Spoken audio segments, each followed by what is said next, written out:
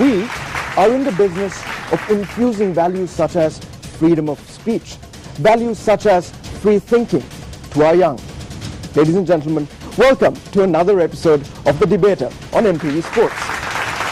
And the topic we will be battling here today is the establishment of special zones is not necessary for the improvement of the tourism industry in Sri Lanka.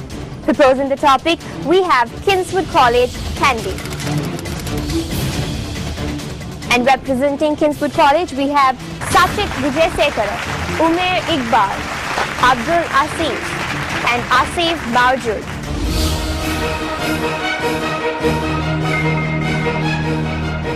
The opposition this evening is Lyceum International School, Nugegoda. Representing the opposition, we have Sandamini Ekakada, Sachinka Gunaratna, Kaveen Ratnavira, and so many peers.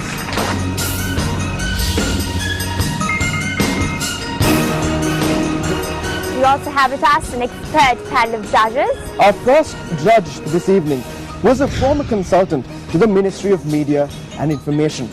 He is currently a senior lecturer at the University of Peradeniya, and he is also the chairman of the Central Environmental Authority.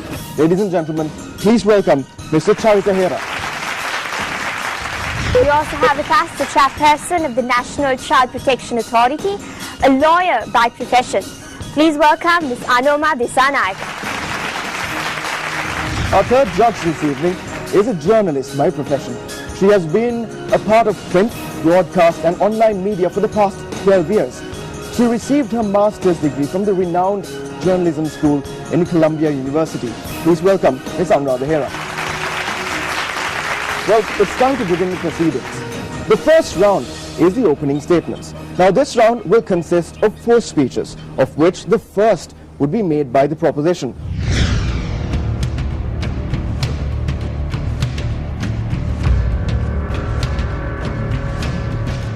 Yes, honorable judges, my dear friends and ladies and gentlemen, as proposition, we say the establishment of special zones is necessary to improve the tourism industry in Sri Lanka. Of course, we have to highlight on the words necessary and special zones. And according to the Oxford Advanced Learners Dictionary, necessary is needing to be present or to be done or achieved. And ladies and gentlemen, the word or point to ponder is, of course, special zones. Special zones, according to Sri Lanka Tourism Development Authority, a special zone is a tourist zone which is a geographical region that has been designated by a government as having characteristics that are conducive for tourism activity, which include accommodation and other recreational facilities, of course, my dear friends. And ladies and gentlemen, tourism is one of the top industries in Sri Lanka. Tourism in Sri Lanka is the 5th revenue earner of national income at present. And SLTDA, in terms, Sri Lanka Tourism Development Authority, is widely in action in developing tourism in Sri Lanka.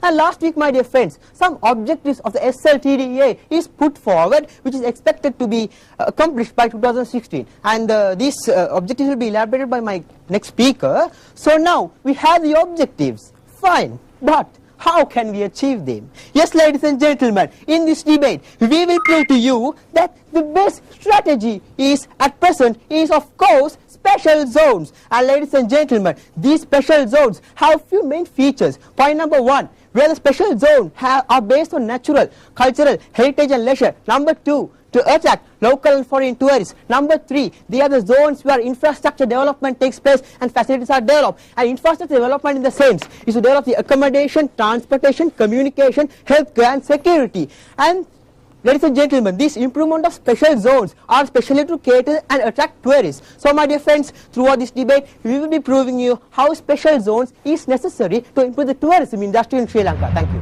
Honorable panel of judges and worthy listeners, taking your attention to the key word of the debate today, special zones. We would like to emphasize that the honorable proposition team merely defined a touristic zone, ladies and gentlemen. What we are talking about is a special zone. According to the United Nations Economic and Social Commission for the Asia Pacific, a special zone is an area designated as a touristic hub. That means, ladies and gentlemen, a center for tourism and not merely an area conducive for tourism. We have identified as the opposition team 4 areas that are coming up in Sri Lanka as special zones, that is Kuchaveli, Pasikuda, Bentotta and Kalpitiya. We will be proving to you that these special zones are unnecessary by bringing to you 4 main arguments. 1, the impracticalities involved. 2, the negative impacts on the tourism industry. 3, the external cost generated. And 4, an alternative solution that is indeed the essential thing here. Turning your attention to the first argument today, that is the impracticalities involved. Now, ladies and gentlemen, let us take the cost of creating a special zone. For example, for the project in Kalpitiya, an amount amounting to 400 billion Sri Lankan rupees have already been invested. We are talking about a developing country like Sri Lanka, ladies and gentlemen, and creating a few of those zones means investing a large amount of money which will not be matched by revenue, causing a leakage. Let me take your attention to Thailand, which has special touristic zones. Thailand and the Caribbean both are experiencing a leakage of 70% and 80% respectively, thanks to these so-called special zones. And also, the second point under impracticalities. Ladies and gentlemen, ever since the tourism industry was initiated in Sri Lanka in 1966, what has brought Sri Lanka to the place that it is today is 3 main qualities. That is authenticity, diversity and compactness.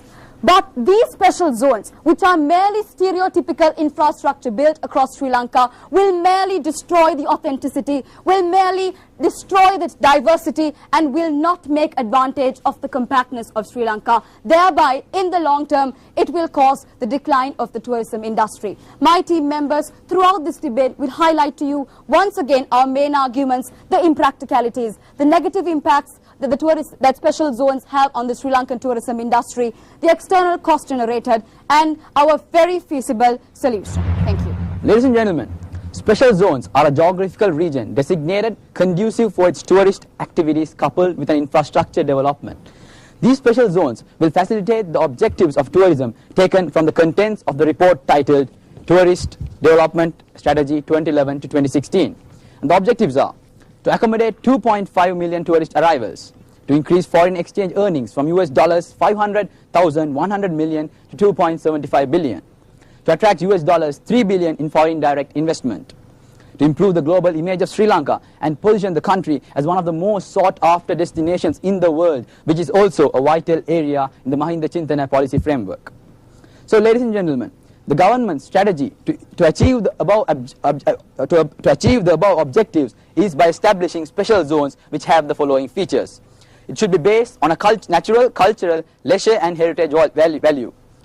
Example, nature and wildlife, we get Yala. Shopping and entertainment, Colombo. Beaches, Trinco and Hikkadua. Religious, Kandy. Sports and adventures, Arugambe. My dear friends, when the government is ready to give necessary support services for creating special zones in the form of infrastructure and tax relief, private sectors will come flocking in to take the concept to its dazzling heights, resulting in the creation of even newer infrastructure in the region, increased economic activities and also employment generation for thousands in the areas that fall in the special tourist zones. Ultimately, this results in directly developing tourism in our country. Ladies and gentlemen, this was clearly seen in Malaysia and Singapore, the 2 South Asian countries who were competing with Sri Lanka once upon a time. But then they came out with this brilliant, fantastic idea of establishing special tourism zones, and by this they got well ahead of us. This is the secret behind their success. So, ladies and gentlemen, and my learned opposition, the writing on the wall is very clear. Establishment of special zones is necessary to improve the tourism industry in Sri Lanka. Thank you. A very good afternoon, ladies and gentlemen. First of all, as second speaker, I will be emphasizing on the negative impacts on the tourism industry due to the establishment of special zones. First of all, I would like to counteract all the arguments brought forth by the proposition. First of all, let me remind you that there is there's a huge contrast and difference between a tourist zone and a special zone. Currently, there are only 45 zones, touristic zones to be exact, that we have identified, but only 4 special zones. And also, there is a high opportunity cost involved in creating such zones, because a large amount of money will be invested in only a few selected areas, whilst in the other regions, not enough money will be going into developing those areas. Also, there will be an imbalance of development between the zones, because one thing, within a special zone, it will be enjoying all the possible benefits and luxuries of development, whilst all the surrounding areas might not do so. They will be underdeveloped. And also, there is a certain risk factor, considering the fact that we are currently living in an era where we are very much prone to natural disasters. We are actually responsible for the security of our tourists, and mostly our touristic destinations will be the coastlines, so it will be a huge issue.